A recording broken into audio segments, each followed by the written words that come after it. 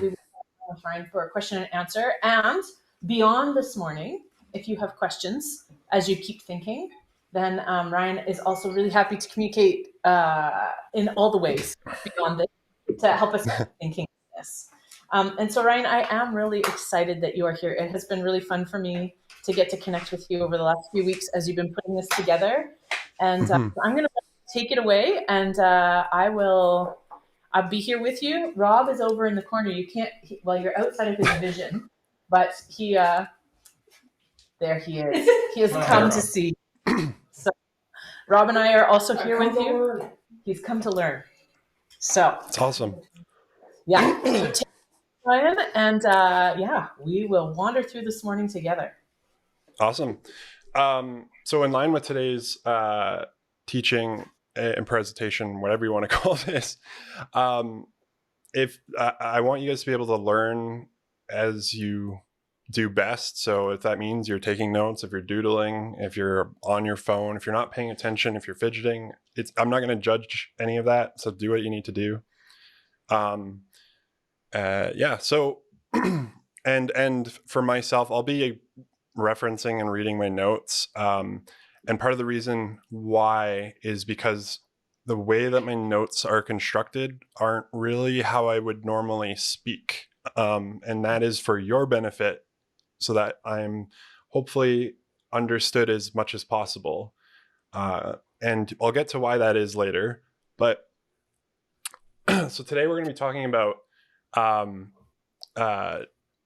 the relationship between metacognition and neurodiversity.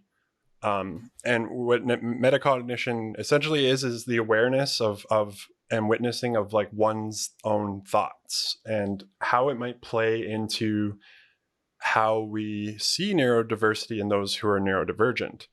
But in order for us to kind of do that, I'm going to play a video, and the purpose is to have us kind of be on the same level ground of understanding, so that we can explore how society perceives disability and differences.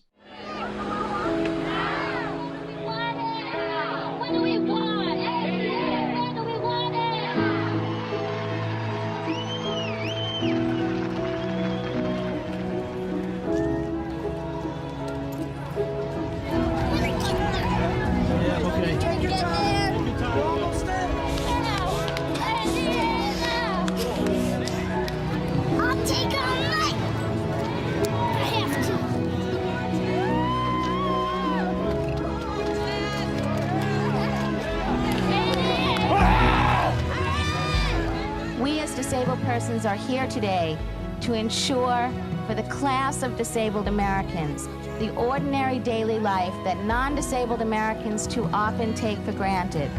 The right to ride a bus or a train, the right to any job for which we are qualified, the right to enter any theater, restaurant, or public accommodation. The passage of this monumental legislation will make it clear that our government will no longer allow the largest minority group in the United States to be denied equal opportunity. To do any less is immoral. This morning, Senator Tom Harkin, whose brother is deaf, delivered a speech in sign language urging passage of this bill. But in the end, it was the disabled themselves who made it happen. What does this have to do with neurodiversity? Well, as I said, we have to look at examining how we have treated those who are differently abled, different in what is nice. Like, the video is really nice. It makes you feel warm and fuzzy inside until you realize that that video did not take place. The formation of the ADA, which brought basically the same rights, the outlawing discrimination and all the wonderful things that it set up, it only was implemented in 1990. Maybe it's just me, like, trying to not be older than I am, but that wasn't really that long ago, especially when you consider the grand scale of humanity, we have done a horrendous job in society in some ways of how we treat those who are perceived as different, those who deviate from the norm or normal. So with that basis, one of the things that Life Teams taught me while I was there is to essentially, and I can still picture, I can physically, Rob's there, but I can picture Rob saying this, which is to leave a place better than you found it. And that's hopefully my goal today. Is I really want to, I'm coming into your home, into your space, and I'm hoping that in what I'm teaching and what I'm talking about and what we explore together, it will leave you in a much better place. And so when I was approached by Jen and Iona to do this presentation all the way in September of last year, I struggled because I wasn't sure how I could talk about neurodiversity in the span of an hour, because it is so big and encompassing. And so I'm hoping that what I've come up with will do a good job at least getting that groundwork done. So, why me, I guess, is where I land. So I wanted to show a video to not just talk about how I was at Life Teams, but I want to show a video of a promo that we made. And yeah, so I'll play that. Hey, I'm here walking up the massive driveway of the Lighthouse, the home of this year's Life Team students who are going to help me tell you what the program's about. In the classroom, we learn about things like people-helping skills, the fundamentals of youth work in our faith, and about the heart of God. It's about hands-on experience and interacting with youth to apply what we've learned in our classroom studies. We have adventure out trips, where we discover our strengths and weaknesses, and team building. We live in Christian community, where we build lifelong friendships. And that's Life Teams. Oh, sorry. Give me a second. That was early. We'll be I'll ready come back to that. With that video, I still remember we had very short amount of time, and we did all of that in the span of a day, and I still remember Rob saying that's not what Life Teams is, and so that was fun. But the one thing that was true about that video is there was a lot of is that for the lifelong friendships aspect, I still connect, and as I'm going to show now. So this was my year. We're in front of, I think, Othello Tunnels, and we're really silly. What's great is that we are still friends today. I went and saw them, and this is not in pajamas, so it's not as fun, but I got to stay with Laura, Sergio, and Natalie over Christmas, and I think it's wonderful that we are all still connecting and friends. And then, as you see, obviously, there's what everyone wants to see is our wonderful photo. So, yeah, even though Life Teams was so long ago, we are still in connection, and I am so grateful for our. For me, it's like family. So another thing about myself is I have worked with street entrenched youth experiencing homelessness for over a decade at a place called Streetlight in Calgary.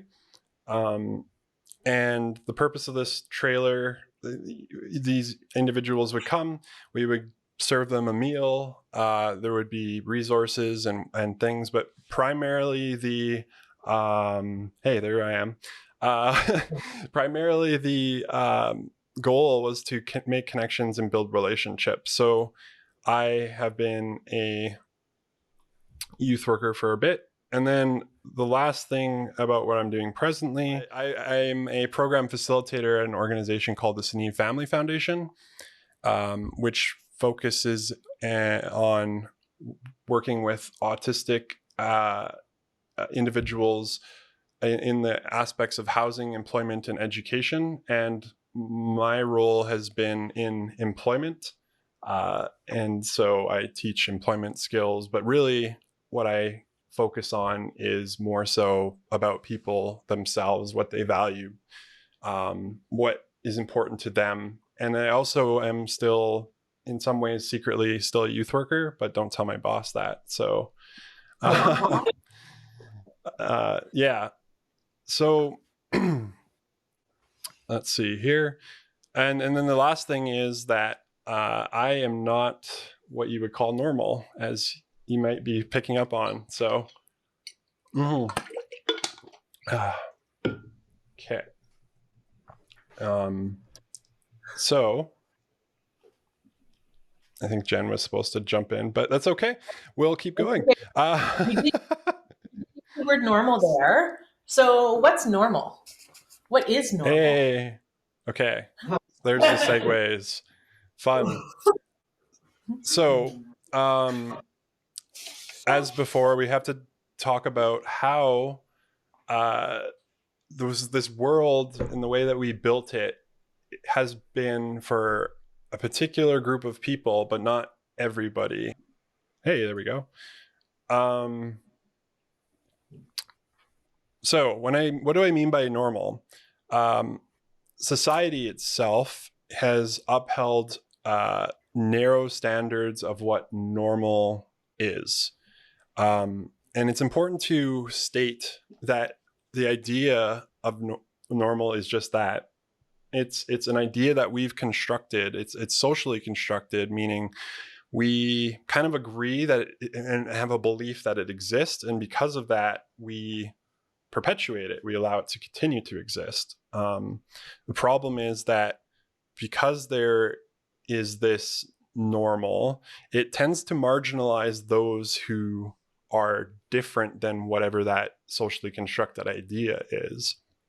And with what we're talking about today, it often uses the terms of disabled or dysfunctional more in a comparative way rather than just like information. And because it's comparative, it again marginalizes. So what's cool, or what we're going to talk about has to do with different models of disability. I guess what I was going to say was what's cool is there are multiple different models of disability, and but we're going to talk about two. The first is the medical model of disability, and this is what has been traditionally what has kind of been the way that we've looked at disability for a very long time. What's fun about that photo is it's a lobster, and you can't see it because of the way that it is, but it's in the snow, and somebody has knit little like things for its claws and its clothing so that it's not cold. But that's often what it feels like under the medical model, where it's like you're taken out of the environment where you thrive, and you're basically, here's how we're going to make you fit into this environment. So with the medical model, it views disabilities as basically a problem or an impairment. It emphasizes the deficits, the individual deficits and diagnoses, which tends to focus on curing or removing impairments. It pathologizes a person's identity based on a diagnosis, meaning if you have a diagnosis, it means that it always looks the same and you are this kind of person. This is what we expect from you, but it is who you are. Oftentimes it's the professionals, and I use that word with like heavy quotes, only because the professionals never really involved the people that they were serving and their voices.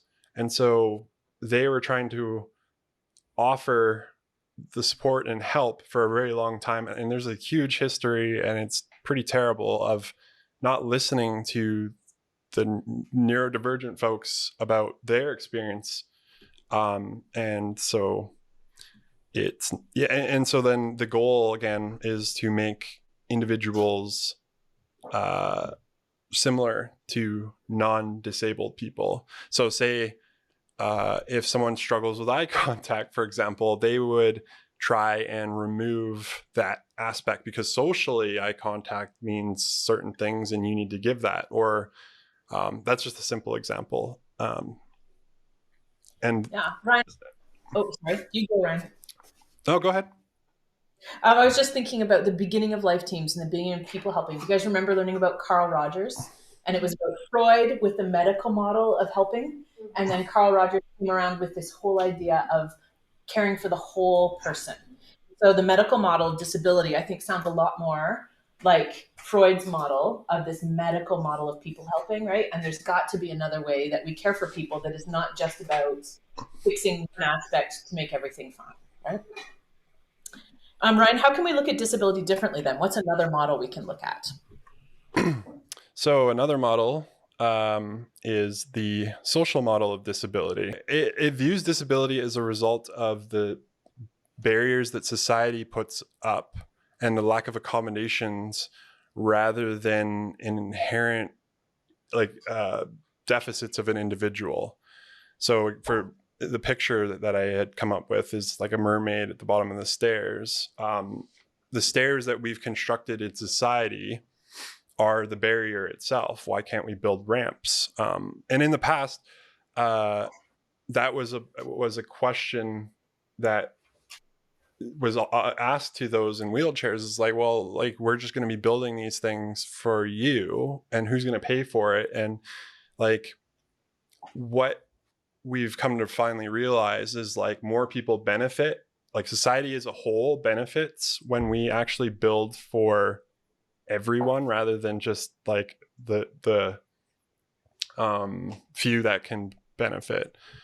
So, you know, with a ramp, someone in a wheelchair might be using it, but so would a mother who's pregnant, or someone who's injured their leg, or an elderly person, or maybe someone just really doesn't want to climb stairs that day. Who knows? This is just a simple example. So with social model, it also emphasizes the importance of society itself in inclusion, and accessibility for individuals with disabilities. It focuses on adapting the environments and social structures to accommodate diverse needs and promote equal participation. It advocates for systematic change to remove barriers and discrimination, aiming for a more inclusive society. And the social model aligns with the neurodiversity movement in recognizing neurodiverse conditions as valid aspects of human diversity. So you're telling us that in the social model, that I think the phrase you said was that we want to that we're adapting environments and social structures to accommodate diverse needs and promote equal participation. So we want room for everyone. And in the past, it was mostly based on physical needs, right? But now we're beginning to look more and more about autism, other diverse conditions, and neurodiverse conditions. So can you define neurodiversity for us? Yep. Neurodiversity is the idea that all people experience and interact with the world around them in different ways. There is no one right way of thinking, behaving, learning, and those differences are not viewed as deficits. So we as humans in society are neurodiverse, essentially. So neurodiversity is a term and idea that was created by an individual named Judy Singer, who is a self-advocate and sociologist in the 1990s, which interesting timing of that. Neurodiversity is a movement, a set of values and principles, and there's no leader. Neurodiversity acknowledges the cognitive diversity within our society, encompassing individuals with typical cognitive processing as neurotypical. So those with the typical development of the brain. And it's a misdemeanor because, for the sake of the conversation, for the sake of how the community the neurodivergent community addresses it, it's better to have it be broad. It makes it easier to understand. So those who have typical brain development are neurotypicals, and those with cognitive patterns that deviate from the norms are neurodivergent, with the distinction of neurodiverse basically saying we are all neurodiverse. It's a group of people, and neurodivergent is more specifically to the cognitive differences. And the idea of neurodiversity essentially acknowledges, as I've said, the diverse range of human minds and neurocognitive functioning within our species.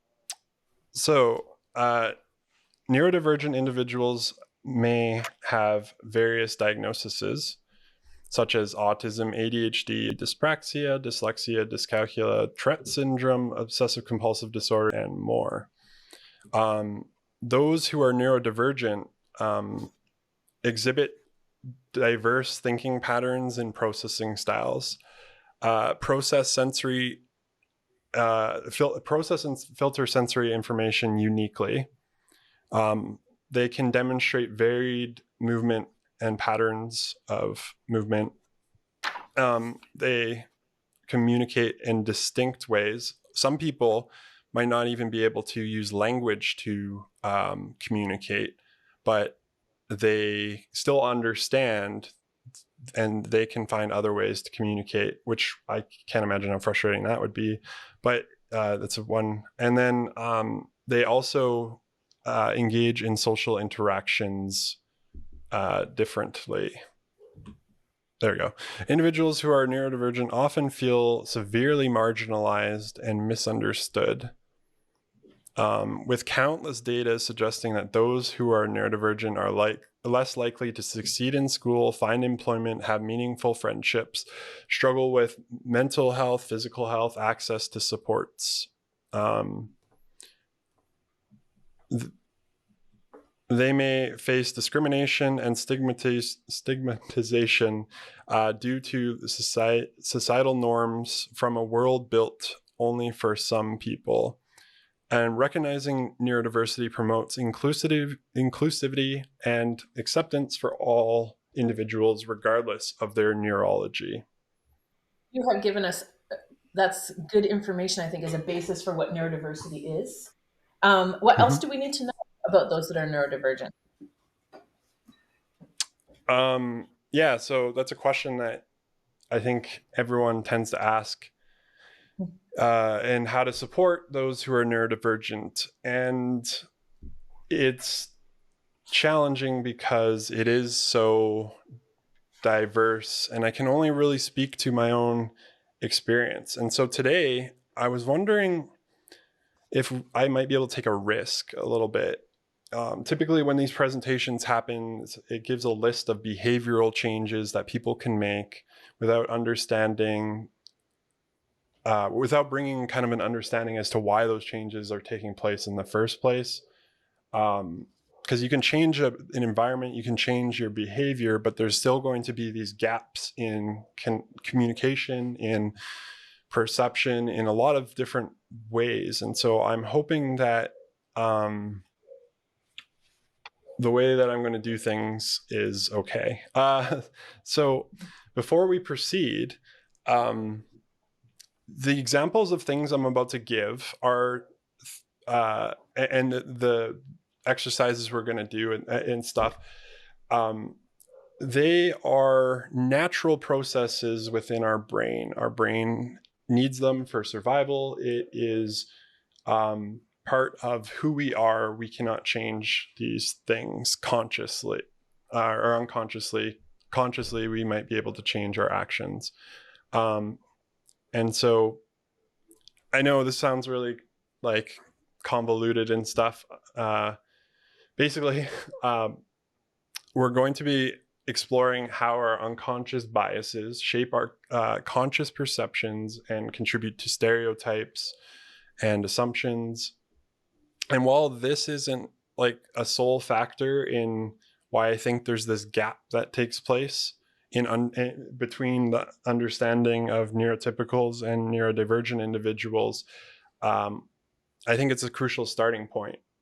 So, so far this presentation has basically been me just talking, and that's really boring for the most part. At least I find presentations like that boring. And so I'm going to get you guys a little bit more actively involved in this next part. So this is a puzzle that you may have seen before. It's kind of famous. It's by a man named David Bodycomb. And I want to see if you guys are able to solve it together. So over the next 3 minutes, I want you guys to kind of talk amongst yourselves and decide what you think is underneath the van. Once that time is coming up, I would have one person share what you guys think the answer is. And yeah, so we're going to start. All right, if you've done it before, let know that. All right, so we'll start with the who haven't done it before. Right. It's also okay if you've done it before.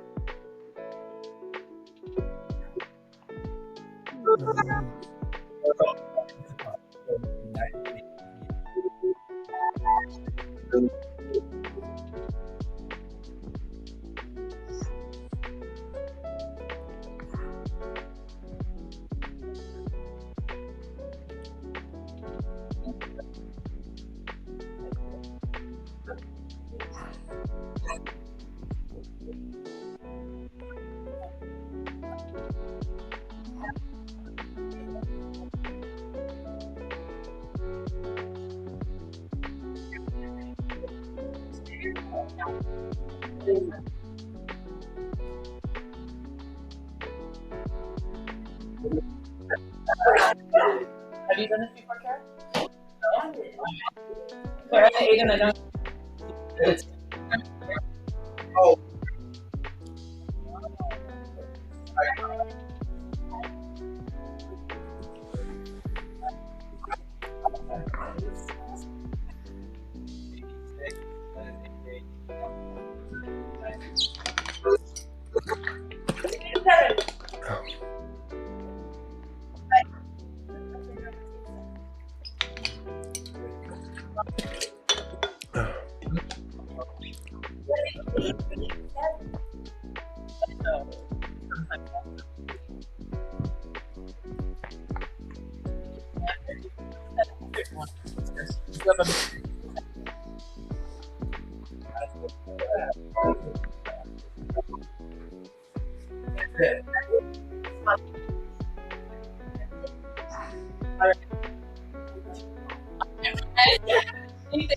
For you. Oh. So we think that we think it's a giraffe. A giraffe. All right, Joe, what do you think the answer is? 87. That's a good guess. And normally that would actually be the answer, but it's not what I'm looking for. What? Ah. Oh, wait, what? That's not what you're looking for? Oh. Oh, the turtles. What? It is a giraffe. Wait, so is it physics teacher? What if it's a van? A leaky oil spot. All right. Is it just a van? Nice. So can you tell them one more time, Ryan? What's the question you asked them? What's underneath the van? What do you think is underneath the van? Pavement. A number. A number. Pavement, a number. What else could be underneath the van? Anything. A cat? Smaller. A smaller. A person doing an oil change. Oh. Think of it like a giraffe. A park. So what if it's not a number, but if it's something more meaningful, like a symbol? Is it a handicap sign? Ah, there we go. Oh, way to go, Brooklyn. No way, genius. So, I constructed that example because I think it's fun that if you know the puzzle, it kind of the whole thing is fun because it's a way to see how our assumptions kind of lead with what is taking place in reality in front of us.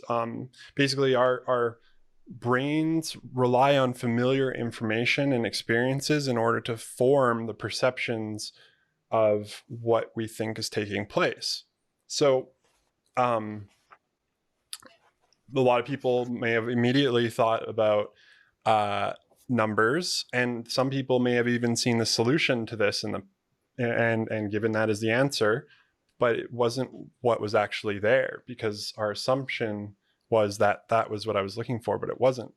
And what's interesting about this to me is our assumptions are based on information that we know and have experienced ourselves. And so why that's interesting when it comes to neurodiversity is if we do not have information about those who are neurodivergent and we don't have those kind of experiences, then it makes it so that our assumptions can only go to one particular place and it can't hold another perspective. And I say this because it's not an intentional act.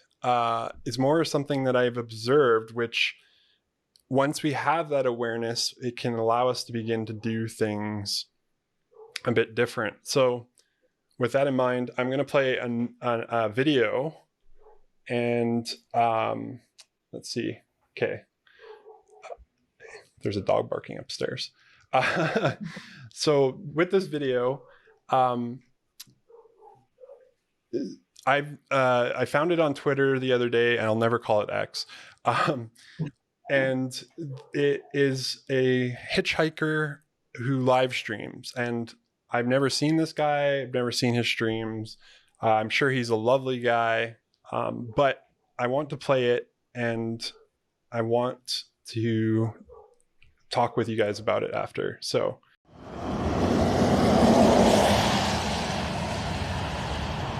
I don't trust you. You're gonna do the truck thing, aren't you? I don't trust you. Oh, the lifted truck thing.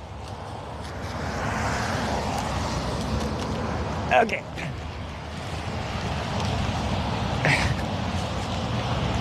Lifted trucks like to stop and then drive away.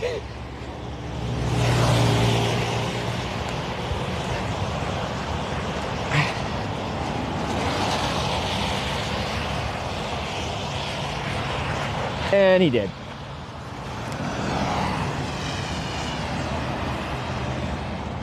I knew it.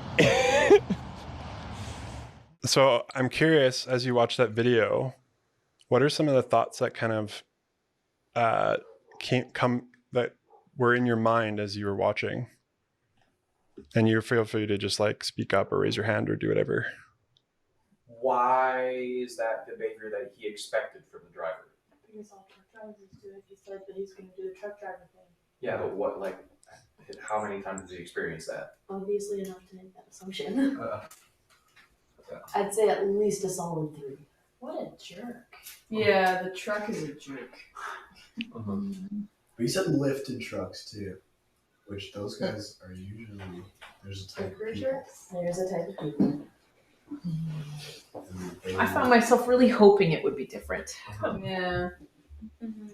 Really hoping that somehow this was not that person.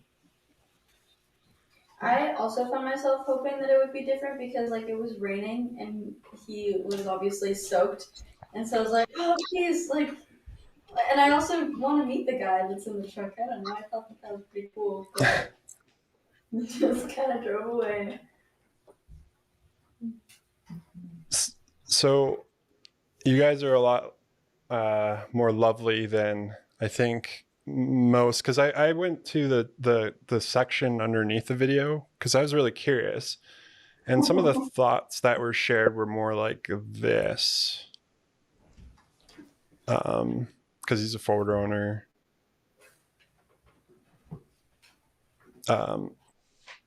Basically, he's never met a half decent person who drives lifted trucks. Lifted trucks are people in lifted trucks are rude and don't care about others. Imagine my shock. I've yet to see a lifted truck not driven by an a-hole. You start to get the picture, an idea of how quickly, and to me, it's almost instantaneously, because someone he's able to confirm his assumption, and because he seemed to have authority, we start to construct a narrative around the next time we see lifted trucks, we might have that same stereotype, that same judgment about that person, even though we don't even know who the person is. And what's interesting I find about that video is one thing that I had to search for a really long time to find. It was a comment that basically said like, well, what if he just saw you filming and didn't want to pick you up because he saw you with a camera like that? But our brains don't jump to nice, positive, at least most people's brains don't jump to those things. It's usually a lot of negative perceptions of things. And so with that said, I want to jump into one final example. So I'm sure you guys have seen this picture before on the internet. And I wanted to ask, who do you guys think is right in this picture? Which perspective of the number on the ground do you think is correct? Both of them? Mm-hmm. I think my perspective is right. It's like neither. Neither of them are right? It's a G. It's G. Could be. So oftentimes I find with those who are neurodivergent, reality plays out in a radically different way, which is more like this. So with the example that you guys said, who do you think is right now?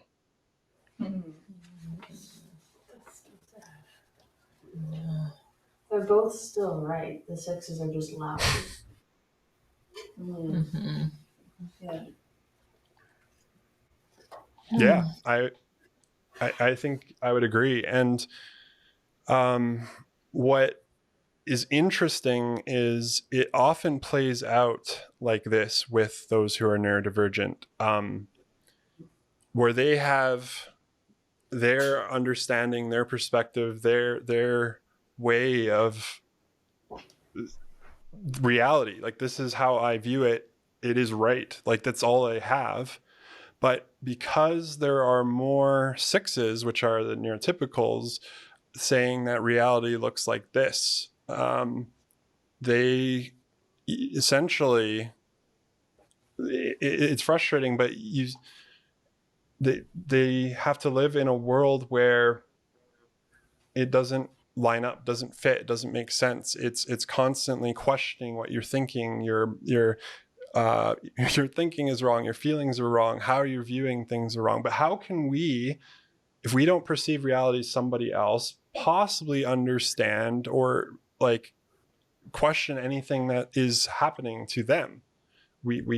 I just don't think that's true. And so it's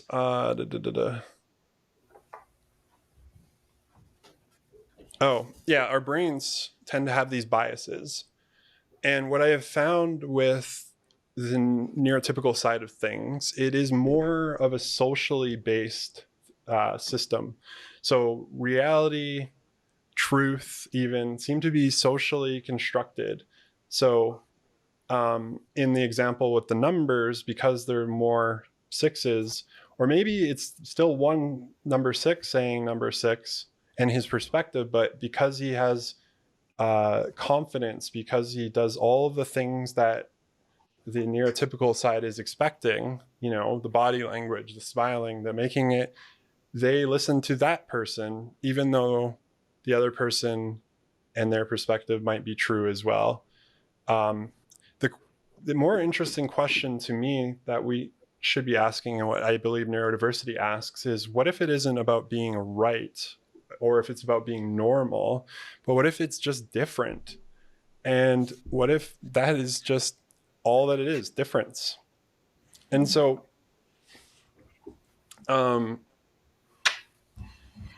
again, like quickly stating, the purposes of these examples today weren't to make anyone feel bad, but just to show how we begin to, without even bringing awareness to it, can construct reality as we see it. And so the thing I wanted to share with all of you before I continue is that I am neurodivergent, and I'm sure a lot of people have picked up on that fact. I grew up with the diagnosis of being ADHD my entire life, but it never really I never still fit within the crowd of ADHD individuals. There were still things that were off. I still wrestled socially. I could never really connect. I would say one thing and people would think I'm saying another thing, and it was miserable. And what I came to find out a couple of years ago is actually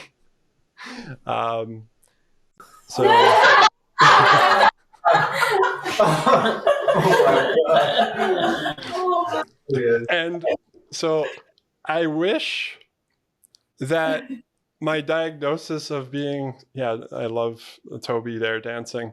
I wish my diagnosis came in my life as a positive thing, as something that I could claim and people could support me, but it, for a lot of people, was a death sentence. I lost a lot of pretty much everyone before that diagnosis. It was like as if I had changed as a person. And the reason I'm sharing that I'm autistic is because, and I'm neurodivergent, is I'm only able to speak from my experience and my perspective. And in doing so, I'm hoping to bridge some of that gap.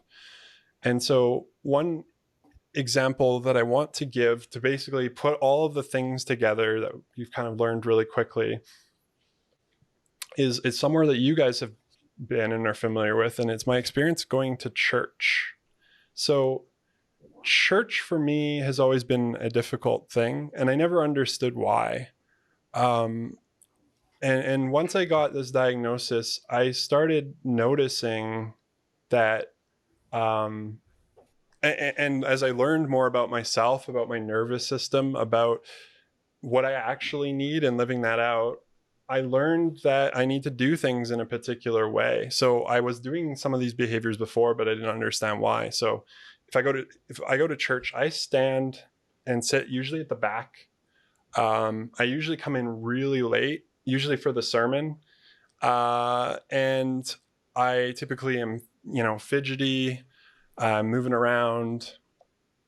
And one day, and I'm sure I want to share a story, and I'm not sharing it to be like this. There's an older lady who came up to me, and I know in her heart she was like trying to care about me, trying to have me feel included, but she basically said something along the lines of like, when you sit back there, it makes me feel like you don't belong, and I want you to know that you belong here. And What sucks about that for me, and I get what she was trying to say, and she wants me to feel included, but my belonging had to look a certain way to the people at the church. And she was brave and at least came up and talked to me. I have to wonder what everyone else was thinking about these perceived actions, these perceived understandings of what they thought was taking place. Because in the past, if you saw that behavior, I've been told, like, well, Ryan doesn't want to be there because he comes late. Ryan doesn't want to participate because he's standing at the back. Ryan doesn't want to, maybe he's too good for us. I don't know. Like, you can start going down that road very quickly.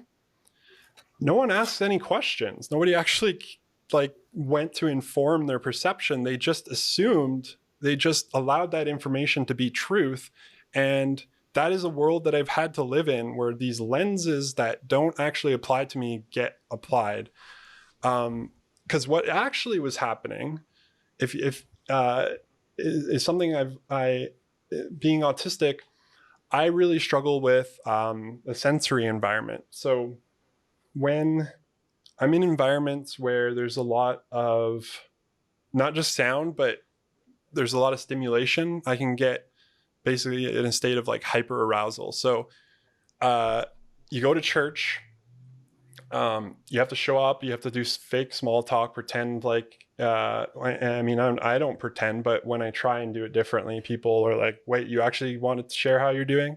And then you sit down, and then you stand up, then you have to sit down again, then you stand up for worship, then you have to sit down. Like it becomes like this, like, and then you got to greet each other and do that. And so there's that. So I really struggle around people, but then the light from the sun was coming in, the speakers at the front, one was sounding off. There was kids playing at the back with a toy that was really particular squeaky because nobody was volunteering in the nursery. Some guy was eating a bag of chips in front of me, which I'm like, well, who eats chips at a church service? But like, in order for me to be there, in order for me to belong, it looked different. For me, it meant going to the back and sitting there. And that's where I was able to participate and be there. But to everyone else around them, they had the only filters they could place, the only assumptions they could place, because they had limited information of what was actually taking place. And this is not just conjecture. This has been a life that I have lived where I have had to become so much smaller than I am. I have had to stop speaking. I eventually stopped speaking. I eventually stopped being me. I essentially what's called masking. I put on this neurotypical appearance. I'm hyper vigilant over how people see me, how I'm making sure I'm not misunderstood just all the time, because everything I do is questioned. Not everything, but it feels like everything my feelings aren't valid. It becomes a very horrible world to live in. And so I share this not to make anyone feel bad. I'm sharing this because what can we possibly do? Because if our brains are naturally coming up and constructing reality as we see it, what can we do differently, possibly, that might allow us to act in line with our values, to actually care for those that we're going to come across who might be hurting us by their actions, or might be misperceived, or might be trouble, or whatever it might be. As youth workers, you're going to interact with you're going to be seeing a lot of situations and people, and most likely lots of neurodivergent folks. How are you going to be able to interact with them if that is in the way? And so I have one last video that I want to share. It's a bit longer. It's from Brene Brown. She's doing an interview with Russell Brand, and she's talking about the idea of compassion. And my solution to this problem, at least one possibility, is generous assumptions. And so I'm going to play this. There's a little bit of crude language, and I apologize. I wanted to like censor it, but I didn't have the time. So I hope everyone's okay with that. But I'm going to play it. Do you believe that people are doing the best they can? Do you believe in general that when people wake up every day, they're doing the best they can? What do you think? Yes, I do. You do? So it's very split, and it's a very difficult question because about right over half of the people say, fuck no. People suck. People are not doing the best they can. I was one of those people too. I was a hell no, people are not doing the best they can. Then the next question is, if you don't believe it, I want you to picture someone in your life who you believe is not doing the best they can, who really irritates you and just makes you crazy. And everybody would get a picture. And I said, what if God came down? It was easy with a group of, Well, don't believe priests. in God. Yeah, no, yeah. He wouldn't come down. Right. Well, you're in the clergy. Oh. Yeah, right, exactly. So I said, what if God came down to you and said, this person that you wrote down on your napkin, he or she is doing the very best they can right now. And then what happened was literally physically about half the people in the room kind of fell over and slumped over in their chairs and just started sobbing. And so one couple, both deacons in the Episcopal Church, I said, tell me about the reaction you're having right now. And they said, they were married, both deacons, and they said, we wrote down the same person. And this person lives in a trailer in the desert. They've had their children removed several times. Every time we remove children for abuse or neglect, they have another child. Every time we bring money, they don't use it for formula. They split the formula with water, and they gamble the money. And their kids get removed for failure to thrive because the formula has been split with water. And we kind of hate them. And I said, and God told you he was doing the best he could. It was really about the father and the family. What was your response to that? Continue to help with a loving, non-judgmental heart, or we need to stop helping. But helping through hatred is not helping. And we are outside of our integrity and outside of our faith. And another woman said, I didn't pick someone that I serve as a clergy, I picked my sister. And my sister was a dancer growing up. And now she's a stripper. And I have 2 young nephews who are subjected to who she brings home at night and her job. And if God told me that she was doing the very best she could, and this is the answer that comes out all the time, I would have to stop being angry and start grieving the loss of a sister that I needed in my life. And I would try to love her, but I'd have to have some boundaries about what's okay in front of my kids. And so this whole idea of it's very hard to be compassionate toward people when they're hurting us. And people hold on to believing, for me, it was really interesting because I was like, hell no, people are not doing the best they can. And if that's your best, you suck. And it's not best enough for me. And this was in the middle of it, talking about a God moment. So I'm in the back of the car, I'll never forget, with another couple. Steve and the husband were in the front, and I was riding in the back with my girlfriend, and we were going to see John Mayer at the Woodlands. And I was like, hey, I'm doing this interesting research right now. Do you think people are doing the best they can? She goes, hell no, people are so fucking lazy. And I was like, oh, this is why we're good friends. I'm like, they are, aren't they? She goes, yeah. And we both had young kids at the time. She said, let me give you an example. She's like, what about the people that have kids and they stop breastfeeding before a year or a year and a half? Like, what about those people? She's like, oh, I can't breastfeed anymore. I've got an infection, or I'm going back to work and I don't like pumping. And all of a sudden, I'm like, oh my God, that's me. Like, I quit breastfeeding after like 5 months because I had to go back to work and pumping was just not working and I just didn't do it. So I'm like, yeah, those people are awful. And she goes, yeah, why did you have kids if you weren't willing to do that? That was her take. And I was like, and all I wanted to say was, you don't know me. Like, you don't. And then here's what I wanted to say. I was fucking doing the best I could. Wow. And then toward the end of that research, there were a lot of great stories about people we interviewed during that. I asked Steve, my husband, do you think people are doing the best they can? And he said, I don't know, I have to think about it for a little bit. And I said, I want your help. And he's like, okay, let me think about it. And he came back like, I don't know, 10, 15 minutes later, and he said, I've thought about it. And he said, I have no idea. But what I do know is my life is better when I assume they are. So those who are neurodivergent, and I work with many of them, oftentimes in our meetings about employment, we talk about how their life is outside of that. And often what they share with me is how they feel like they are a burden to their families, to the people around them. And it breaks my heart because I know, and I know this with all that I am, that they are very aware of that.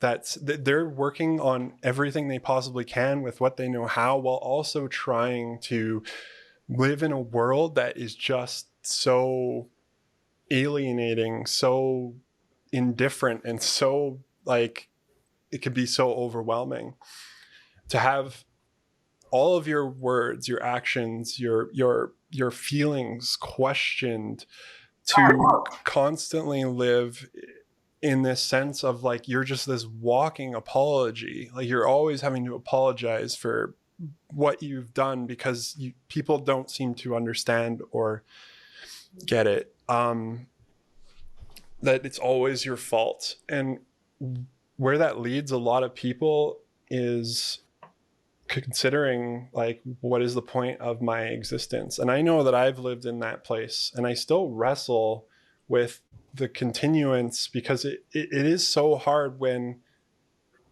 you are essentially like, I can't even begin to convey how difficult it is to just not have any sense of people just seeing things as valid, of trying to seek to understand, of actually like, hey, this is what I'm seeing. Is that actually what's happening?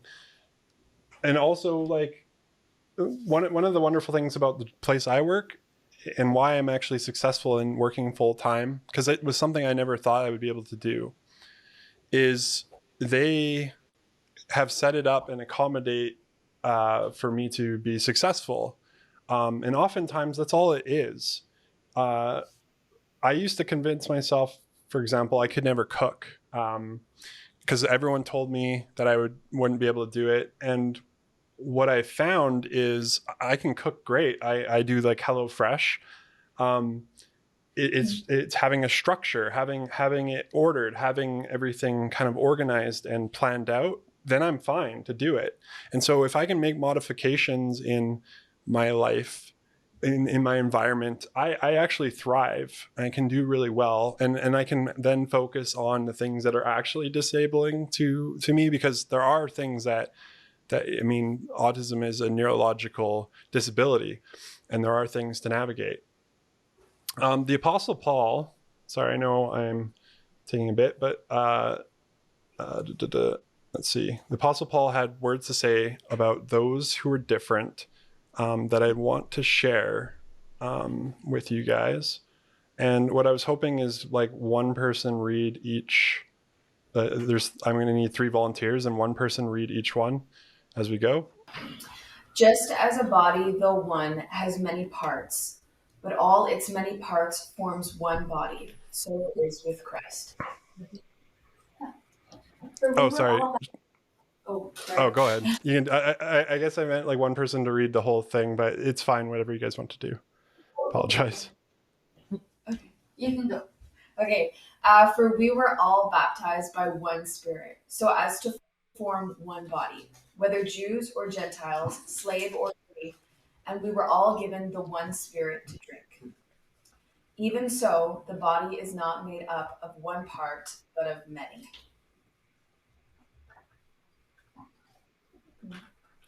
Go for it all. All right. Okay. Now, if the foot should say, "Because I am not a hand, I do not belong to the body," it would not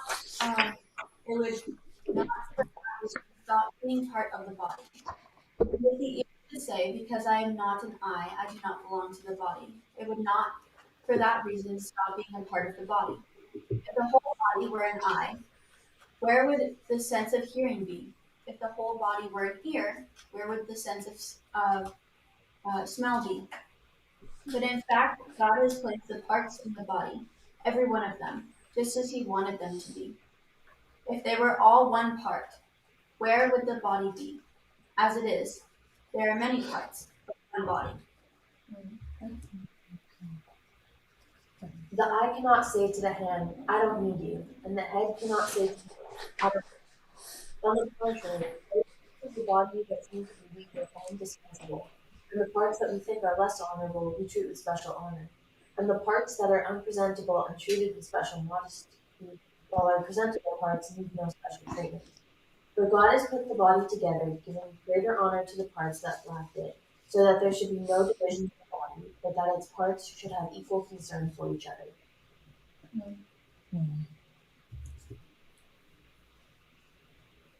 Want to go for it, Aiden? If one part suffers, every part suffers with it. If one part is honored, every part rejoices with it.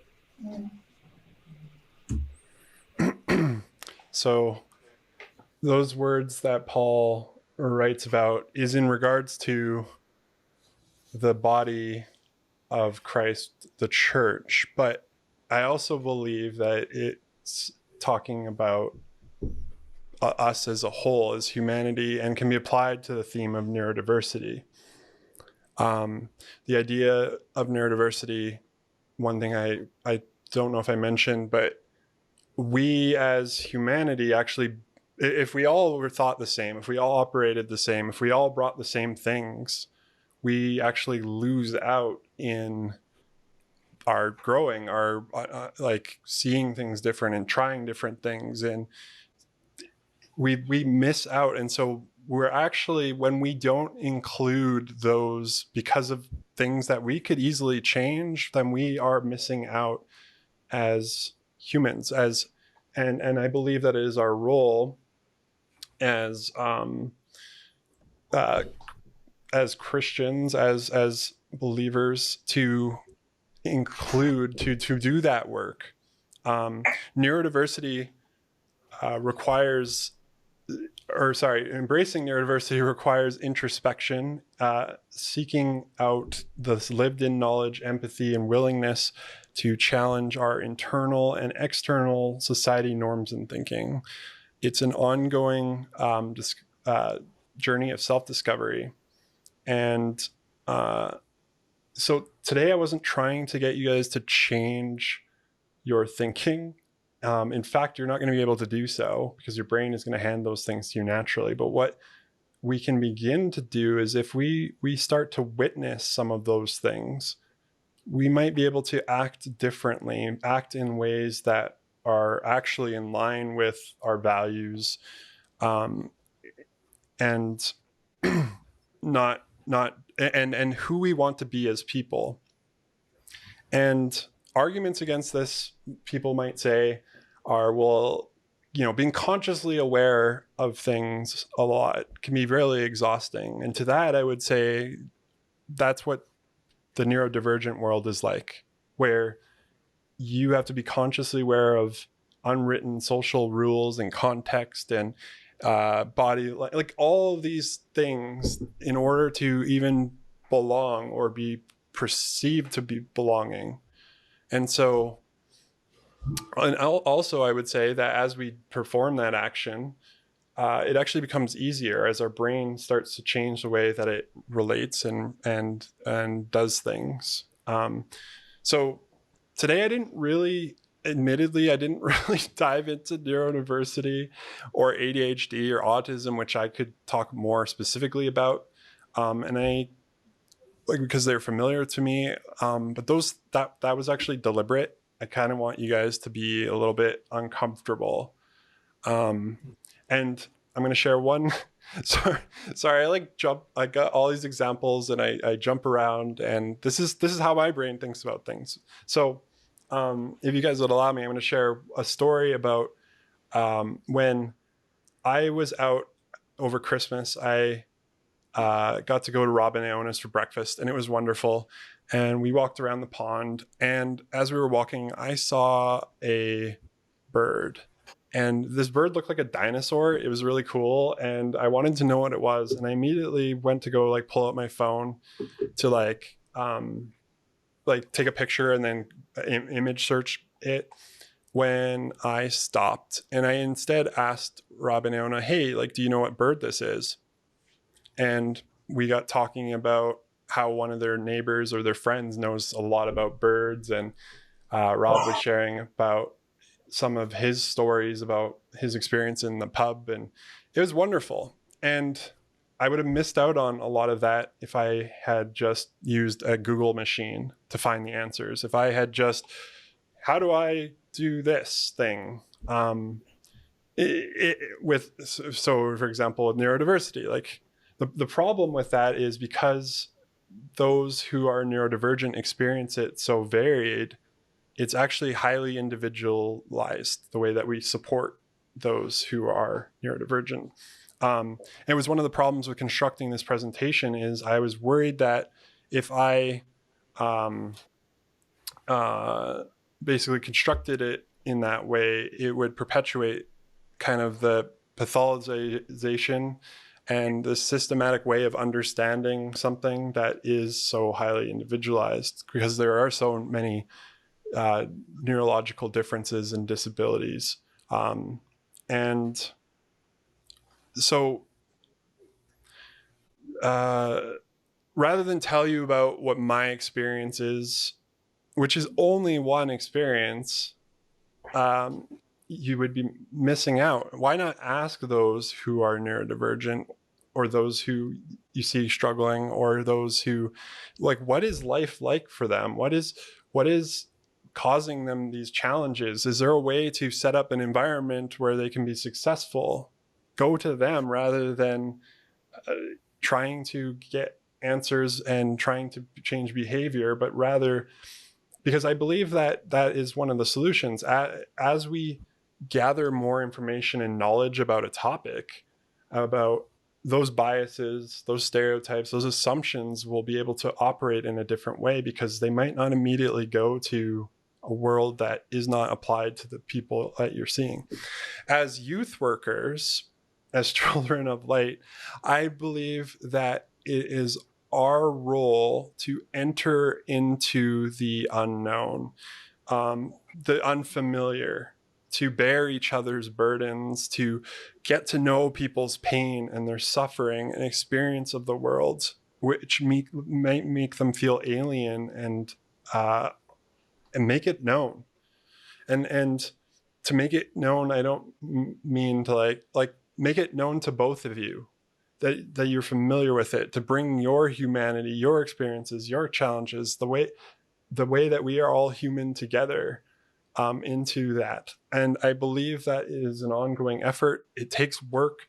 It's not always easy, especially if people are hurting us with their actions. It might be scary, but I believe it is the work that you guys are called to, which reflects the heart of God and his love for all people, regardless of how they think, how they belong, how they are in the world.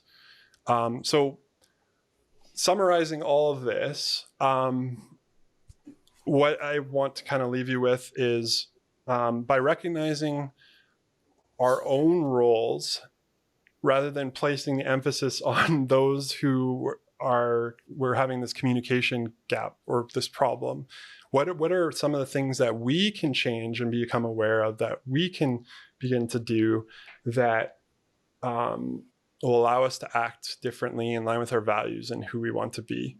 Some of that, I believe, is by gathering information, beginning to understand what it means to be, for example, neurodivergent, and hearing from people's personal stories. They aren't just problems to be fixed. They aren't statistics or some unknown part of society, but they become known. And then by having generous assumptions, it allows us to lead with compassion.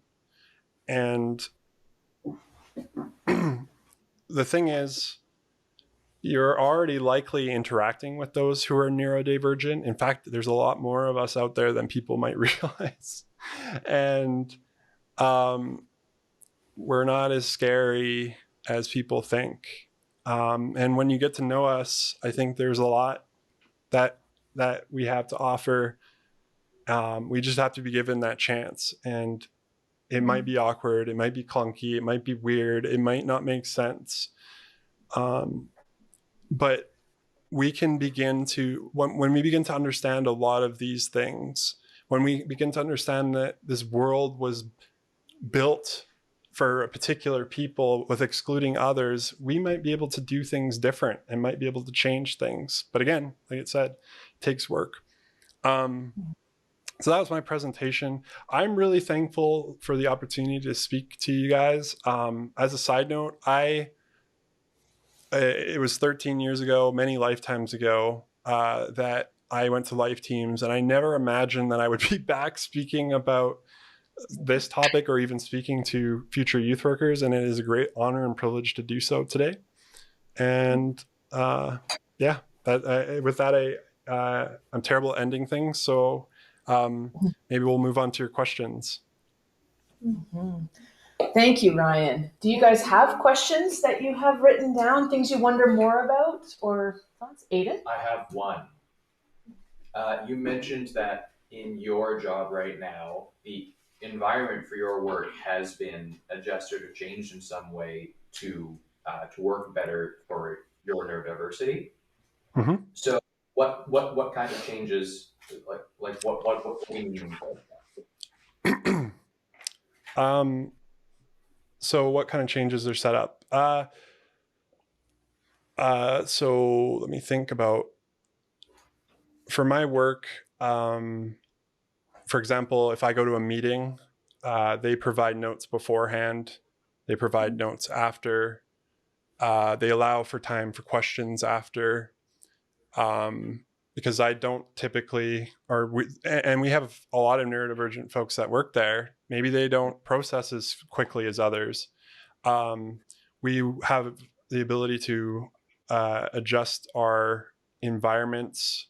So like these headphones, actually, I went to my work and basically self-advocated and was like, hey, I'm really, they put me right beside a photocopying machine. And I was like, I'm really struggling to focus because it's not just the noise, but it's the frequency of how often it changes. And so they just bought me these. They didn't even question it. They're just like, here, like buy some noise canceling headphones, whatever helps you do your work best. The other day I was having a really challenging, difficult day.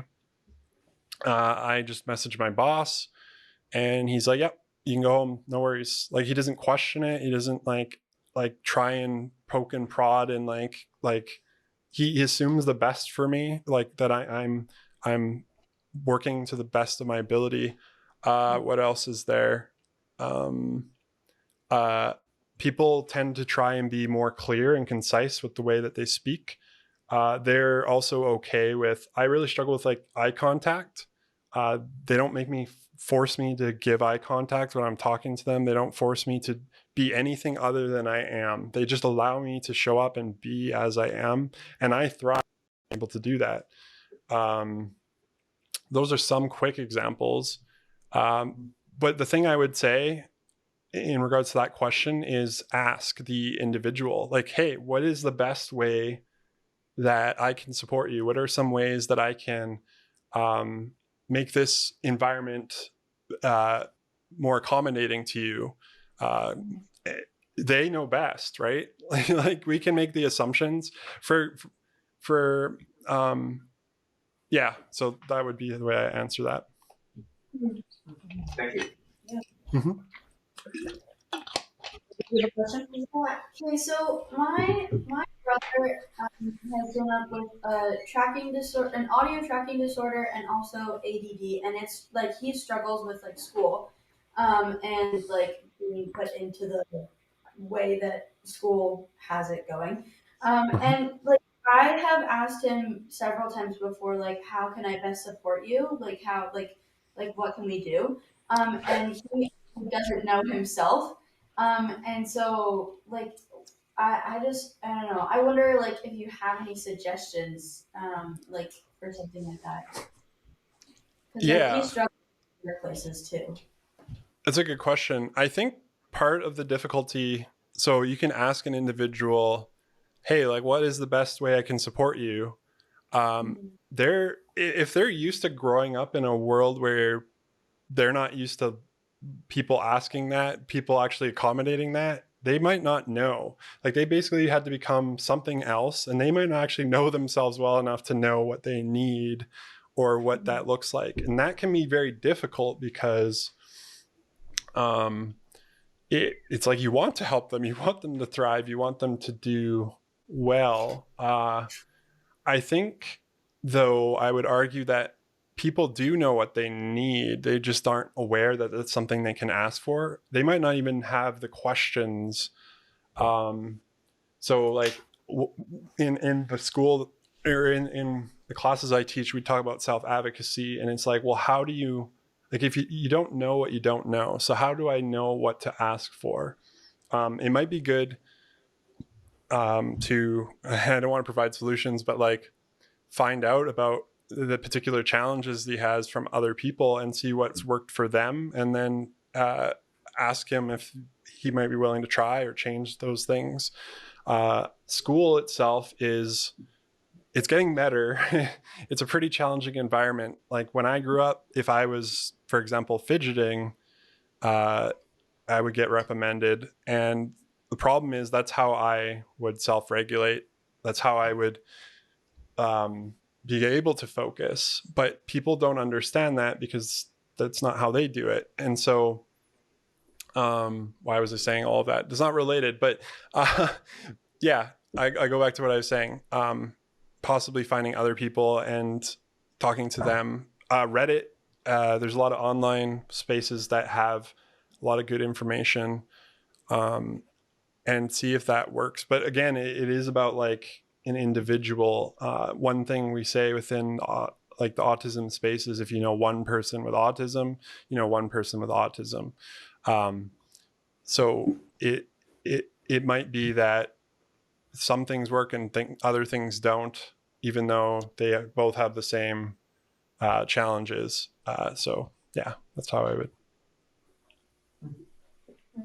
I think that's a good answer, Ryan, especially in terms of going, so if you find for your brother's specific needs, if you find a list online, help to know those are potential helps. And that then through that list for him to, if he's willing to try things and keep what's helpful and set aside what isn't. Right. Yeah, thanks, Ryan. Mm-hmm. Does anyone else have a question, a thought, a thing you wonder?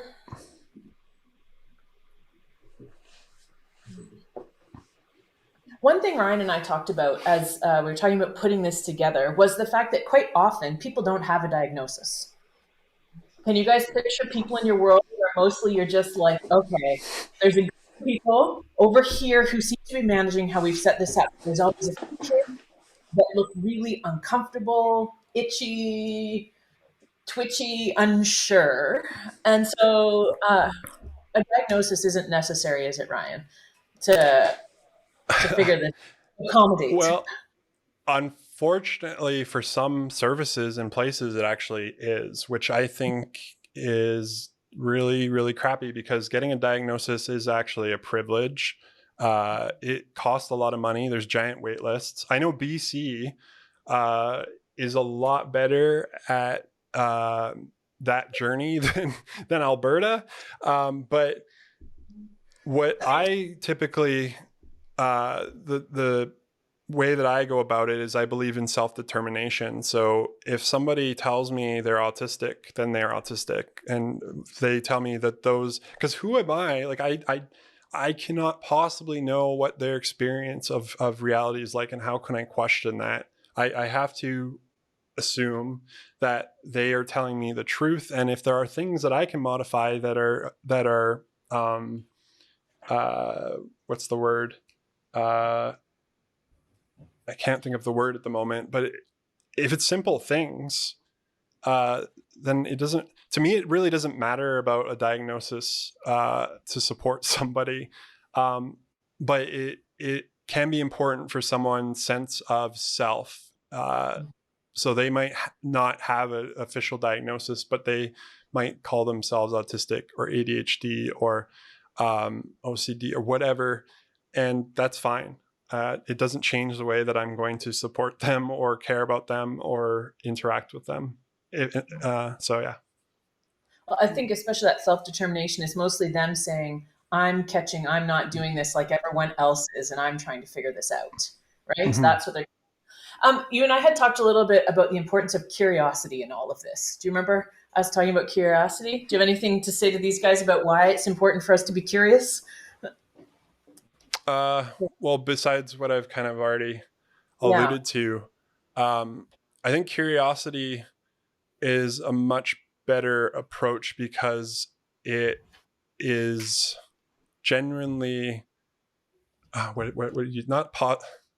if I'm curious about something, I'm trying to learn, I'm trying to grow, I'm trying to develop, I'm trying to understand, versus I'm sorry, I'm struggling with words right now for some reason. Just used a lot of them, that's why. Yeah, it's true. I've always found curiosity. I'm someone who asks a lot of questions. I always try and I like what Socrates says, I know that I know nothing.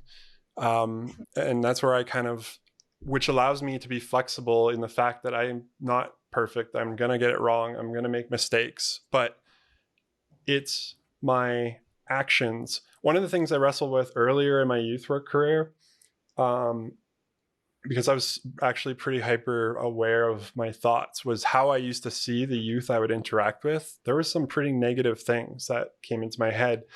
And I would wrestle with this feeling like I'm this horrible person thinking these horrible thoughts about these individuals, because this isn't really what I think, but some part of me is I don't know. But where I landed was the way that I acted despite how I was thinking was more important, because no one knows how I'm thinking, but it wasn't a reflection of how I actually truly viewed and saw people. That's why it's important to discern what is actually thinking about what we're thinking about, what is actually true, what is actually taking place, what is and thoughts are just that, and feelings are just that. But that's a different conversation, which I'm quite fascinated about, but don't have time for. That's awesome. Thank you. Yeah. Thanks, Ryan. Thanks for spending time with us today. We'll talk to you soon, okay? Thank you. All right. All right. Bye. Bye. See you guys.